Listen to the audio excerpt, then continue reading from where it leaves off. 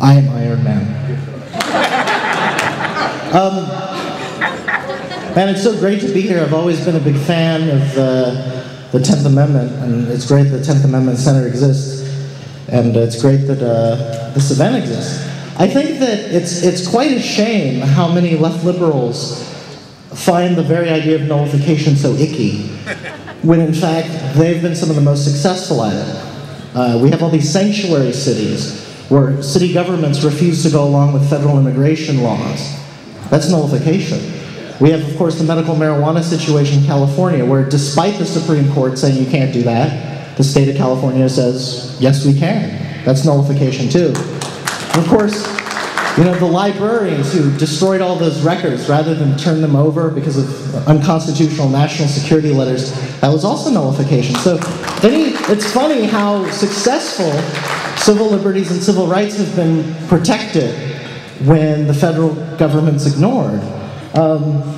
I think that some of this has to do with this idea that the central government actually protects our rights, in particular better than the state governments. Now, of course, I'm not a big fan of state governments, but they are smaller than the federal government, and they're much less murderous, as Scott pointed out.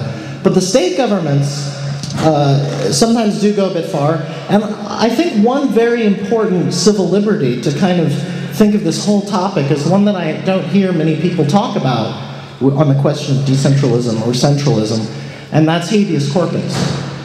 We've just seen both the Bush administration and the Obama administration do everything they can to counter the principles of habeas corpus, these principles that are as important as any principles of law and liberty devised in Western history. The principle that you can't just lock someone up and not even explain why. I mean, that's basically what it comes down to. It's a very profound part of our legal structure. And we've seen it attacked by the executive branch of the federal government. Of course, we've also seen it somewhat, at least seemingly protected by the federal courts, where the federal court says, well, you can't quite go that far, but you can go this far. And indeed, if you really look at those Supreme Court decisions during the Bush era, regarding Guantanamo in particular, we kind of see the Supreme Court saying, you can't do this without Congress. And then the executive comes in and says, we got Congress. The Supreme Court says, you can't quite go that far. You need a judge involved. And they say, well, we have judges. We created a tribunal system. And one thing that gets lost in all this is no one actually thinks about how habeas corpus was before, say, the mid-19th century. Everyone just assumes that, of course, habeas corpus, like everything else that federal courts do, is a function of the enumerated powers of the federal government, right? I mean, we don't want the federal government, and including the federal courts, to have too much power. We want them to be limited. That was, in fact, the whole idea of the enumerated powers doctrine, right, and the 10th Amendment. But on the other hand, we kind of like the idea of a judge being able to say, hey, wait, are you detaining that guy properly? Now, the interesting, this seems kind of a paradox, and actually, if you look at English history, in England, habeas corpus didn't come about because of a bunch of libertarians in 1215. That's actually quite a distortion. It came about because of a bunch of opportunistic judges wanted more power for themselves. And in fact, many of the first cases of them exercising this power had little to do with the person being detained. They just wanted the money. They just wanted the case to go through their court. They're like, wait, you can't do that. We do that. And if you look at the way habeas corpus got bigger and bigger in England, it wasn't quite as admirable as many people kind of make it out to be or assume it was. When Parliament finally adopted the Habeas Corpus Act, it was because the House of Commons was ordering the jailing of counsels from the House of Lords. The thing that finally made them want to be able to protect their civil liberties, they didn't want to be jailed. Now, that sounds all well and good, but in America, it was different. People like to think, well, England brought us habeas corpus, the common law, the rule of law, the Magna Carta. This is largely bunk. I mean, the American people weren't big fans of English common law. They associated that with England. They had their own law, their own local law. But eventually they started to like aspects of common law because they liked the pro-liberty element And so they started adopting things like habeas corpus on their own. In the early 18th century, Queen Anne proclaimed that Virginia had habeas corpus, but the colonies were already practicing it. And by the time of the American Revolution, the Americans already had it. And when the Americans fought their revolution, one of the big complaints they had about the central state was, hey, you guys say you're for freedom. You Englishmen say you invented liberty, basically. And, you know, there's some truth to it if you define liberty in terms of certain doctrines, right? I wouldn't say they invented liberty, of course, but, you know, in dialectically. They said, you Englishmen say that you're all for the Magna Carta, but you're taking away our habeas corpus, you're stripping it from Quebec. This was a major grievance.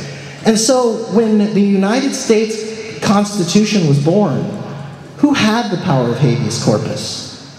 Not the Supreme Court. We all did. Every courtroom in America had it on their own as part of American common law.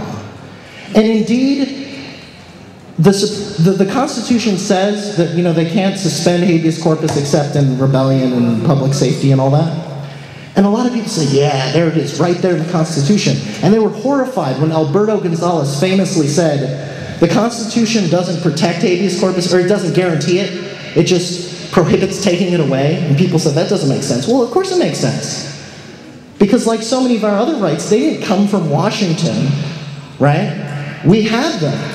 And it's only Washington that we wanted not to take them away. And what's really radical about all this is early in this republic, habeas corpus was one of the most powerful states' rights ever.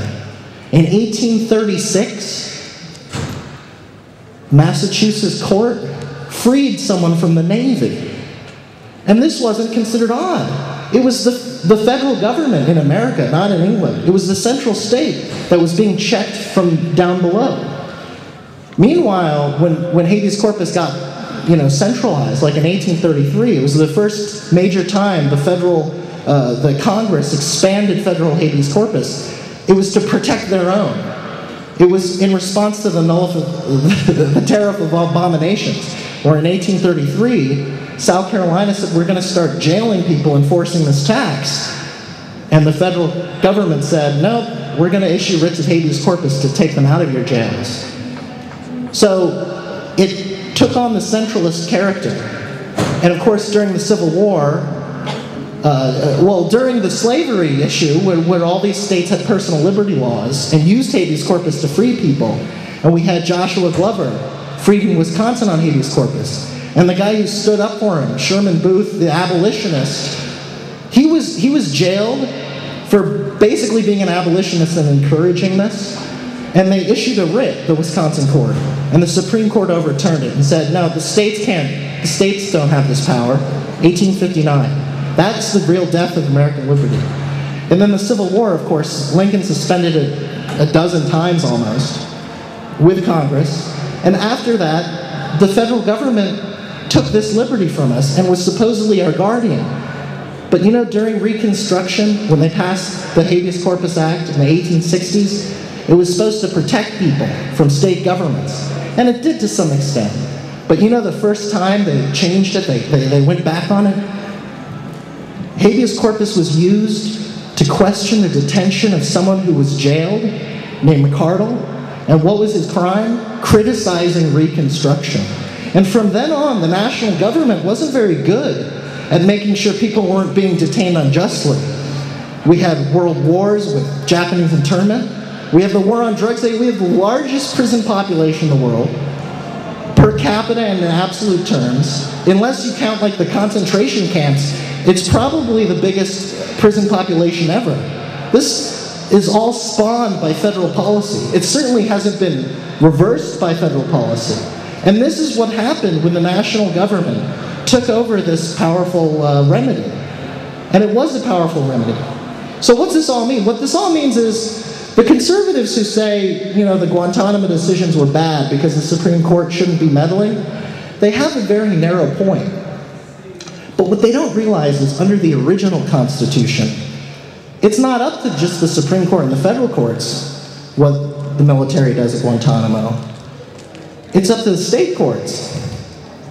Under the original Constitution, under the way things were, and I think under the way that they actually are, if you read the law and you understand this history, the federal government's detentions are the ones that should be checked the most, and they should be checked by local powers. I think that one thing that we often forget is that people do, sometimes when they seem to completely disagree, they might kind of agree more than they think they do, and more than we think they do. But I think it's important to instill a little bit of this cognitive dissonance here. The federal police state is not our savior, and the federal courts do a terrible job at protecting our rights. Look, even, let's say for the sake of argument that the federal courts do some good once in a while against state authority, just, broken clock. Well, look at all these erosions of Miranda over the last few years, all these erosions of the Fourth Amendment. By nationalizing our rights, we've given the greatest monopoly power on earth, the U.S. empire, the last say, and it was never meant to be that way. In fact, it's antithetical to the good principles of the American Revolution. And so I think that it really is an important time for these ideas to be catching on, and we have to find kind of new and interesting ways to spread them. And of course, many of us are, and this is one reason there's so many people here. But I think that if we just frame the discussion a little bit and look at all of these forgotten legacies of decentralism, we can really push the humanitarian vision that political decentralism and smashing the central state really represent. Thank you very much.